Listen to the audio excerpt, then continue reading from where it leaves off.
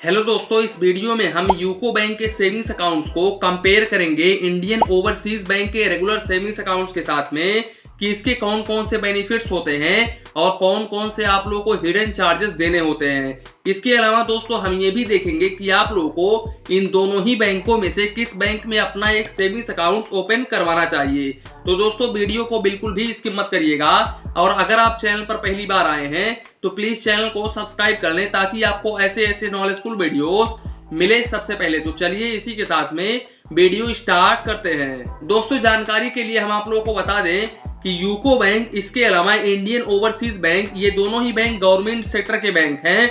इसके अलावा दोस्तों अगर हम सर्विसेज की बात करें तो इन दोनों ही बैंकों में आप लोगों को मोबाइल बैंकिंग, इंटरनेट बैंकिंग देखने को मिल जाता है। इसके अलावा ये दोनों ही बैंक सेविंग्स अकाउंट्स के ऊपर passbook, chequebook, ATM card offer करते हैं। इसके साथ साथ दोस्तों अगर हम पैसे सुरक्षित होने की बात करें तो ये दोनों ही बैंक DICGC से इंश्योर होते हैं। हालांकि दोस्तों ये दोनों ही बैंक नहीं बल्कि इंडिया में जितने भी बैंक हैं सभी के सभी बैंक DICGC से इंश्योर होते हैं। DICGC का पूरा नाम है deposit insurance credit guarantee corporation, जो कि RBI की एक सब्सिडी बॉडी है जिसके अंतर्गत हर बैंक के हर कस्टमर को 5 लाख रुपए तक का इंश्योरेंस बिल्कुल फ्री में प्रोवाइड किया जाता है।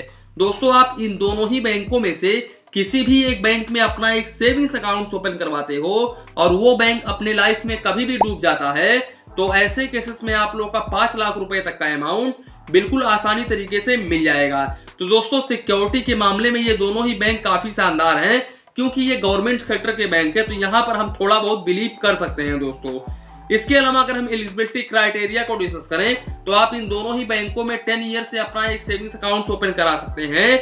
हालांकि जब आप 10 ईयर से अपना एक सेविंग्स अकाउंट ओपन करवाते हैं तो वो अकाउंट पूरी तरह से माइनर के कैटेगरी में होता है और उसको पेरेंट्स मेंटेन करते हैं। दोस्तों जानकारी के लिए हम आप लोगों को बता दें कि ये दोनों ही बैंक माइनर को भी एटीएम कार्ड इश्यू करते हैं। दोस्तों अगर हम डॉक्यूमेंट्स की बात करें तो यहाँ पर आप इन दोनों ही बैंकों में आधार कार्ड और पैन कार्ड दे करके अपना एक सेविंग्स अकाउंट ओपन करा सकते हैं।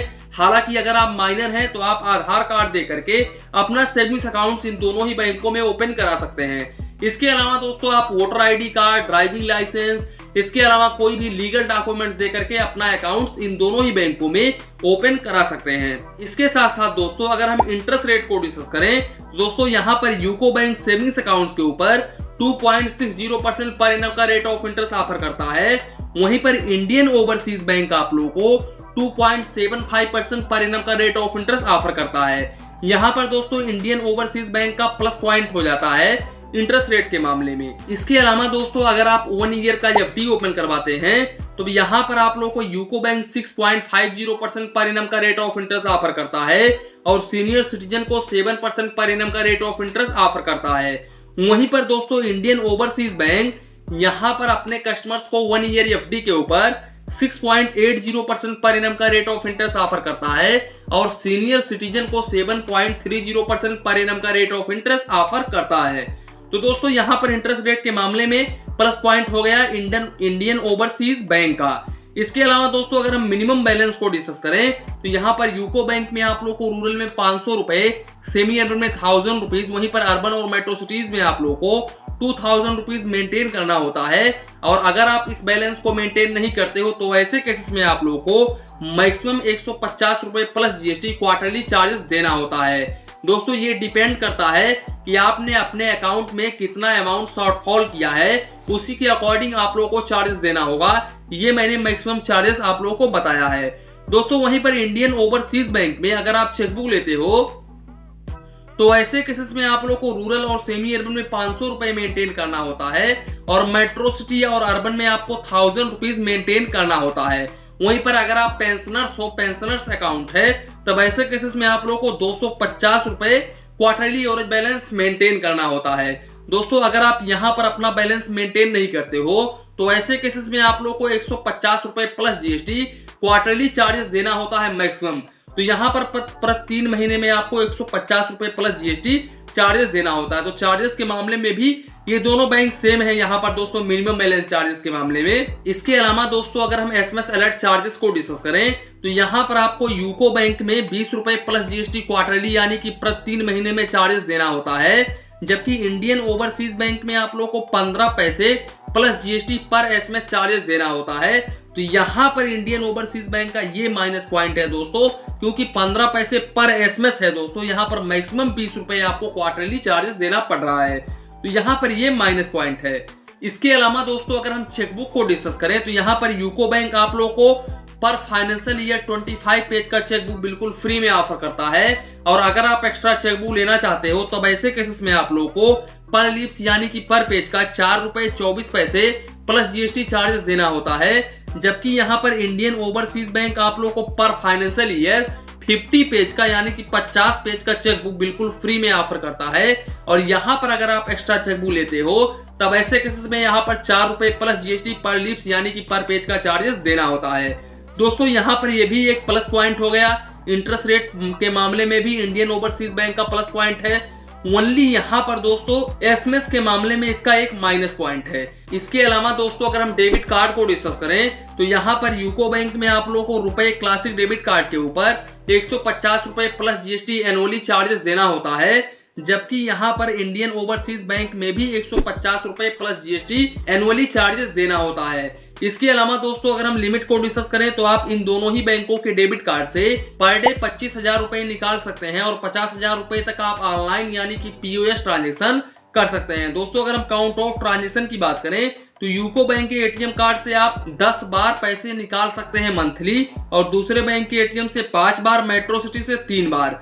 दोस्तों अगर आप इनके ओन एटीएम से पैसे निकालते हो और लिमिट को क्रॉस करते हो यानी कि यूको बैंक के एटीएम से पैसे निकालते हो और लिमिट को क्रॉस करते हो तब ऐसे केसेस में आप लोग को फाइनेंशियल में 11 रुपए plus GST per transaction charges देना होगा और नॉन फाइनेंशियल में 6 रुपए plus GST per transaction charges देना होगा।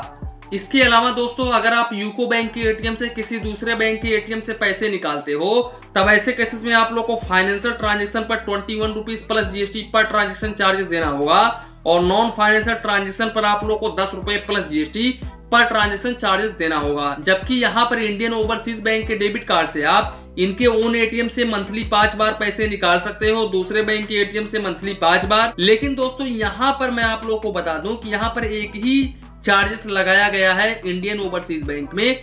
फाइनेंशियल में अगर आप इस लिमिट को क्रॉस करते हो तो इनके ओन एटीएम से लिमिट को क्रॉस करते हो या किसी दूसरे बैंक के एटीएम से लिमिट को क्रॉस करते हो तो यहाँ पर आप लोगों को 10 रुपए financial transaction per transaction charges देना होगा।